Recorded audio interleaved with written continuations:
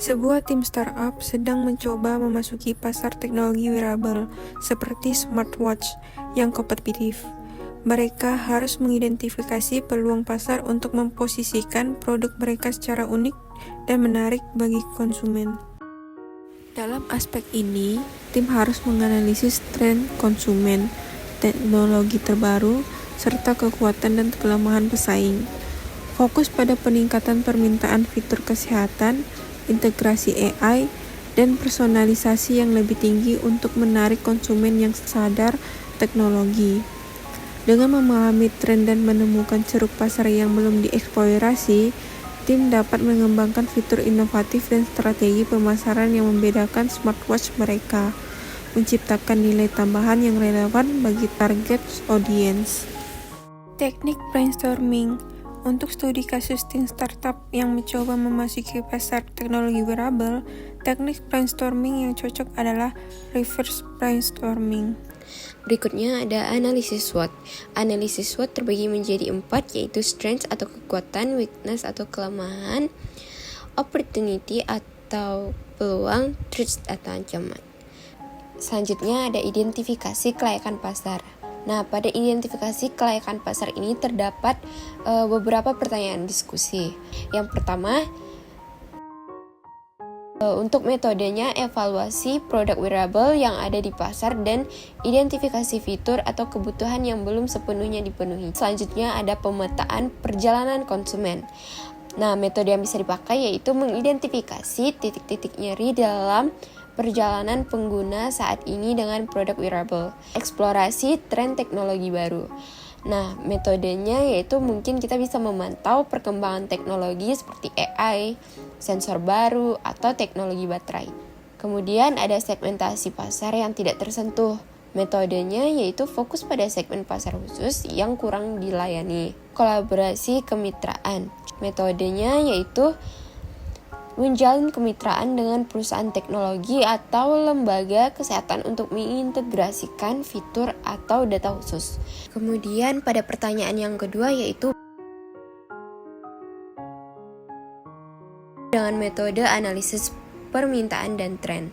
Nah, pada metode ini terdapat beberapa poin, yaitu yang pertama adalah survei konsumen dan grup fokus. Metode yang bisa kita pakai yaitu melakukan survei dan wawancara dengan target audiens untuk mendapatkan wawasan tentang preferensi dan kebutuhan mereka. Yang kedua ada analisis data penjualan dan ulasan. Nah, pada metode ini yang bisa kita pakai yaitu menganalisis data penjualan produk wearable dan ulasan konsumen untuk memahami pola pengguna dan umpan balik, pemantauan media sosial dan forum online. Nah, metodenya yaitu kita mengamati diskusi di media sosial dan forum untuk tren dan kebutuhan yang sering dibicarakan. Ada analisis tren teknologi dan inovasi. Kita bisa meneliti tren teknologi terbaru dan bagaimana tren tersebut mempengaruhi preferensi konsumen. Yang terakhir ada segmentasi pasar dan profil konsumen. Membagi pasar menjadi segmen-segmen berdasarkan demografi dan perilaku untuk menargetkan fitur yang spesifik. Nah, yang terakhir pertanyaan nomor 3. Nah, faktor-faktor pentingnya yaitu kecepatan inovasi, memantau kecepatan perkembangan teknologi dan beradaptasi dengan cepat untuk relevan. Contohnya, kita bisa melacak kemajuan dalam teknologi sensor atau baterai untuk memastikan produk tetap mutakhir. Lalu yang kedua ada kebutuhan dan preferensi konsumen. Memahami perubahan dalam kebutuhan dan preferensi konsumen yang dapat mempengaruhi produk. Yang ketiga ada regulasi dan standar industri. Menyadari regulasi yang berlaku untuk teknologi wearable seperti regulasi data pribadi dan keamanan perangkat, kepatuhan terhadap standar medis atau keamanan untuk fitur kesehatan yang sensitif. Ada persaingan dan diferensiasi. Menganalisis pesaing utama dan menemukan cara untuk membedakan produk dari mereka. Terakhir ada penerimaan teknologi baru. Menilai bagaimana konsumen menerima teknologi baru dan kesiapan mereka untuk mengadopsinya. Nah, dengan mempertimbangkan teknik dan faktor-faktor ini, tim startup dapat lebih efektif dalam mengidentifikasi peluang pasar yang belum tergarap dan merumuskan strategi untuk memposisikan produk mereka secara unik dalam pasar wearable. Rekomendasi bisnis: smartwatch untuk lansia. Smartwatch yang dilengkapi dengan fitur pemantauan kesehatan khusus lansia seperti deteksi jantung, pengingat minum obat, dan notifikasi darurat. Kemudian ada juga perangkat pelacak tidur khusus atlet. Perangkat ini dapat menganalisis kualitas tidur atlet secara mendalam, memberikan rekomendasi pola tidur yang optimal untuk meningkatkan performa.